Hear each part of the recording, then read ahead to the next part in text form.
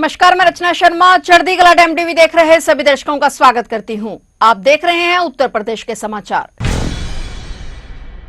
प्रधानमंत्री नरेंद्र मोदी ने आज उत्तर प्रदेश को बड़ी सौगात दी है। पीएम मोदी ने आज जेवर स्थित नोएडा अंतर्राष्ट्रीय हवाई अड्डे के पहले चरण का उद्घाटन किया है। इस हवाई अड्डे की लागत 11,282 करोड़ रुपए है। यह एक बड़ी परियोजना का हिस्सा है जिसकी अनुमानित लागत 29,560 करोड़ रुपए है और इसका उद्देश्य जेवर को उत्तर भारत के लिए एक प्रमुख विमानन केंद्र के रूप में स्थापित करना है। इसके अलावा प्रधानमंत्री ने कार्गो टर्मिनल का भी उद्घाटन किया और भारत के विमानन बुनियादी ढांचे को बढ़ावा देने के उद्देश्य से एक रखरखाव, मुरम्मत और ओवरहाल सुविधा की आधारशिला रखी। इस दौरान पीएम मोदी के साथ मुख्यमंत्री योगी आदित्यनाथ, कई केंद्रीय और राज्य मंत्री भी और इस कार्यक्रम में उपस्थित रहे। बता दें कि यह हवाई अड्डा चालू हो जाने के बाद उत्तर प्रदेश देश का पहला राज्य है जिसके पास 5 अंतर्राष्ट्रीय हवाई अड्डे होंगे, जिसमें जेवर उत्तर भारत के लिए एक प्रमुख विमानन केंद्र के रूप में स्थापित हो जाएगा। यह परियोजना ग्रेटर दिल्ली क्षेत्र और पश्चिमी उत्तर प्रदेश को घरेलू और वैश्विक गंतव्यों से जोड़ेगी, जिसमें स्विस दक्षता और भारतीय आतिथ्य का संयोजन होगा। पीएम मोदी और सीएम योगी ने इस दौरान एक जनसभा को भी संबोधित किया।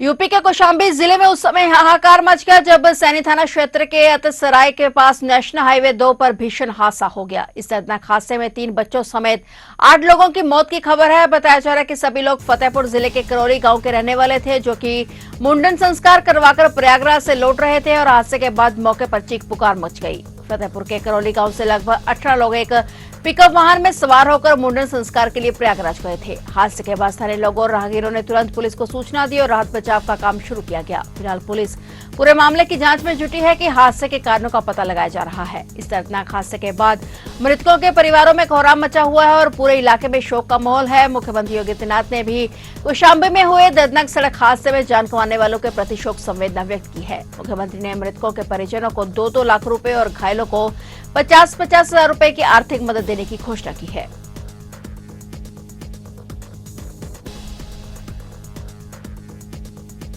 फर्रुखाबाद में 8 वर्षीय बच्ची से दुष्कर्म के आरोपी को पुलिस ने मुठभेड़ के बाद गिरफ्तार कर लिया है। मात्र 12 घंटों में पुलिस ने यह बड़ी कार्रवाई की। रजीपुर जरारी मार्ग पर घेराबंदी के दौरान आरोपी ने पुलिस पर गोली चलाई, जिससे एक सिपाही घायल हो गया। पुलिस टीम ने भी जवाबी फायरिंग की, जिस पर आरोपित के सीधे पैर में गोली लग गई, जिससे वह घायल हो गया। घायल अवस्था में उसे सामुदायिक स्वास्थ्य केंद्र पर ले जाया गया, जहां डॉक्टर मान सिंह ने प्राथमिक उपचार के बाद उसे जिला मुख्यालय स्थित डॉक्टर राम मनोहर लोहिया अस्पताल के लिए रेफर कर दिया। पुलिस ने आरोपित युवक के पास से एक तमंचा 315 बोर और एक जिंदा कारतूस खोखा बरामद किया है। इस आरोपित ने पारिवारिक रिश्ते में पोतरी लगने वाली मासूम के साथ दुष्कर्म किया था। थाना कमालगंज क्षेत्र में हुए बालिका से दुष्कर्म की घटना के वांछित अभियुक्त अशोक राजपूत सन ऑफ अनंत राम को रात्रि में पुलिस मुठभेड़ में गिरफ्तार किया गया है। दौरान मुठभेड़ अभियुक्त के पैर में गोली लगी है एवं एक कांस्टेबल लोकेंद्र सिंह भी घायल हुए हैं।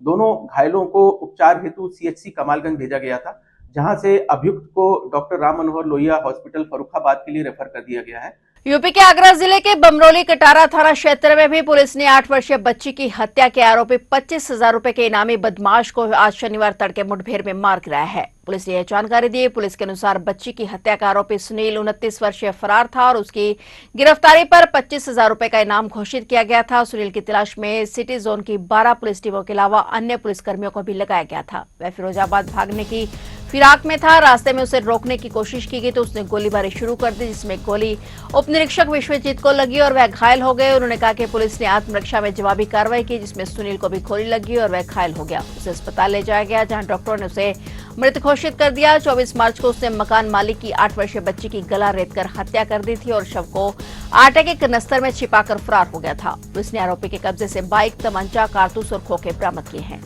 देखिए, दिनांक 24 को थाना क्षेत्र ताजगंज में एक घटना हुई थी, जिसमें एक बच्ची जिसकी उम्र 8 साल थी वो घर से अपने गायब हो गई थी। इस पर तत्काल लोकल थाना ताजगंज ने एक 363 का अपराध पंजीकृत किया था।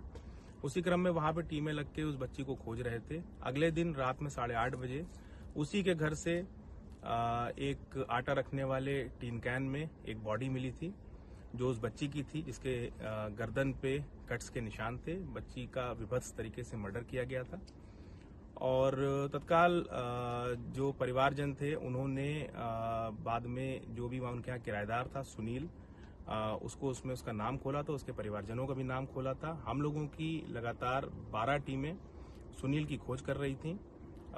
कल की डेट में सुनील पे 25,000 का इनाम घोषित किया जा चुका था। उसी क्रम में जनपद की सभी टीमें, 12 टीमें सिटी जोन की और पूर्वी और पश्चिमी जोन की भी अन्य विभिन्न टीमें, एसओजी टीमें, इंटेलिजेंस की टीमें, काउंटर इंटेलिजेंस की टीमें सुनील को निरंतरता से खोज रही थी।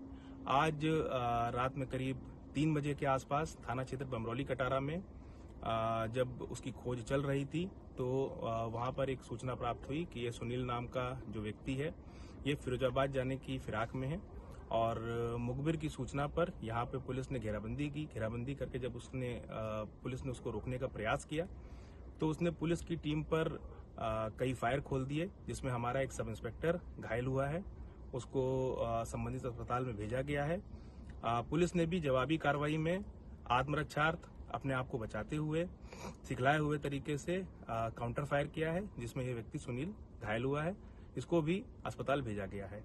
साक्ष्य संकलन के लिए यहाँ पे हमारी फॉरेंसिक टीम आ चुकी है और जल्द ही इसमें अग्रिम विधिक कार्रवाई करके पूरी घटना का सफल अनावरण किया जाएगा। उत्तर प्रदेश के सहारनपुर जिले के बिहारीगढ़ थाना क्षेत्र में एक जिम ट्रेनर ने छात्रा को प्रोटीन में नशीला पदार्थ मिलाकर कथित तौर पर उसके साथ दुष्कर्म किया। पुलिस के एक अधिकारी ने जानकारी दी। पुलिस के मुताबिक 21 वर्षीय पीड़िता बीएससी नर्सिंग की छात्रा है। पीड़िता की तहरीर पर पुलिस ने मामला दर्ज कर मुख्य आरोपी और उसके एक साथी को गिरफ्तार कर लिया है। पुलिस अधीक्षक ग्रामीण सागर जैन ने बताया कि पीड़िता ने थाना बिहारीगढ़ पुलिस को तहरीर देकर आरोप लगाया था कि वह थाना क्षेत्र स्थित एक जिम पर जाती थी और वहां उसकी पहचान जिम ट्रेनर शहजाद से हुई थी और युवती का आरोप है कि शहजाद ने उसे विश्वास में लेकर देहरादून ले जाकर प्रोटीन में नशीला पदार्थ मिलाकर दे दिया, जिससे वह बेहोश हो गई और कार में उसके साथ दुष्कर्म किया गया। उन्होंने कहा कि पीड़िता का आरोप है कि शहजाद का साथी मुकर्रम पीड़िता की गतिविधियों पर नजर रखता था और शहजाद की मदद करता था। पुलिस ने कार्रवाई करते हुए आरोपी शहजाद और मुकर्रम को गिरफ्तार कर लिया है। दोनों आरोपियों के खिलाफ कानूनी कार्रवाई पर अदालत में पेश किया गया और पुलिस मामले की विस्तृत जांच कर रही है।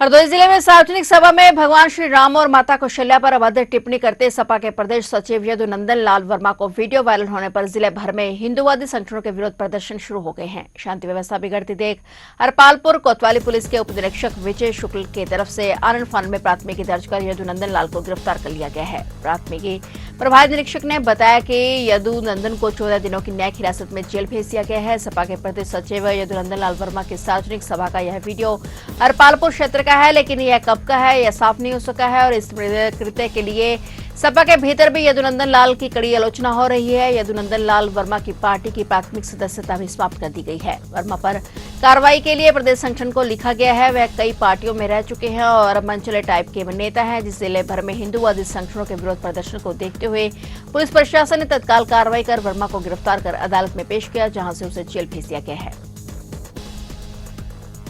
जनपद हमीरपुर में पेट्रोल डीजल की कमी की चर्चाओं में अचानक माहौल गर्म हो गया है। किसी आधिकारिक घोषणा के बिना ही ईंधन संकट की खबर फैलते ही लोग पेट्रोल पंपों की ओर उमड़ पड़े हैं। सुबह से ही जिले के कई इलाकों में पंपों पर लंबी कतारें देखने को मिली, जहां लोग अपने वाहनों की टंकियां फुल कराने के साथ साथ अतिरिक्त ईंधन जमा करने की कोशिश करते नजर आए। हमीरपुर के अलावा सुमेरपुर, कुरारा, राठ जैसे कस्बों में भी यही हाल रहा। किसान ट्रैक्टर ट्रॉली में ड्रम लेकर पंपों पर पहुंचे, जहां कार चालकों ने गाड़ियों के साथ अतिरिक्त कैन और कंटेनर भी ईंधन मंगवाने की कोशिश की और बाइक सवार भी टंकी फुल कराने में जुटे रहे, जिससे कई पेट्रोल पंपों पर भीड़ और अव्यवस्था का माहौल बन गया। मुस्कुरा कस्बे में स्थिति ज्यादा गंभीर दिखी और जहां सभी 5 पेट्रोल पंपों पर डीजल खत्म होने की बात सामने आई। इससे परेशान किसान पास के राठ और विवार कस्बों की ओर रुख करते नजर आए। जिला पूर्ति अधिकारी ब्रिजेश कुमार शुक्ला ने स्पष्ट किया कि जिले में पेट्रोल और डीजल की कोई कमी नहीं है। उन्होंने कहा कि स्थिति को नियंत्रण में रखने के लिए पंप संचालकों को निर्देश दिए गए हैं कि ईंधन केवल वाहनों की टंकियों से ही दिए जाए और प्रशासन ने लोगों से भी अपील की है कि वाहनों पर ध्यान न दें और जरूरत के अनुसार ही ईंधन खरीदें, जिससे अनावश्यक भीड़ और संकट की स्थिति से बचा जा सके।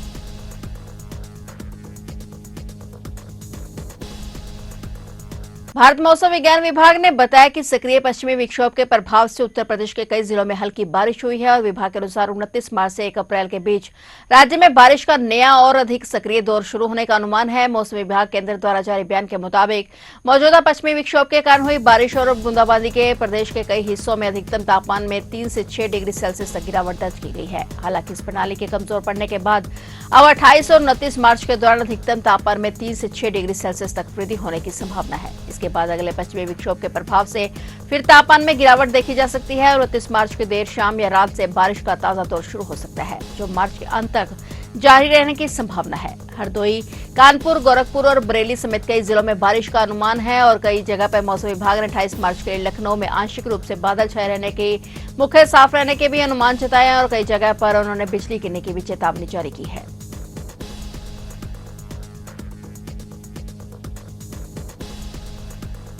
तो आप देख रहे थे उत्तर प्रदेश के समाचार और नए समाचारों के साथ फिर से हाजिर होंगे। तब तक के लिए देखते रहिए चढ़ती कला टाइम टीवी।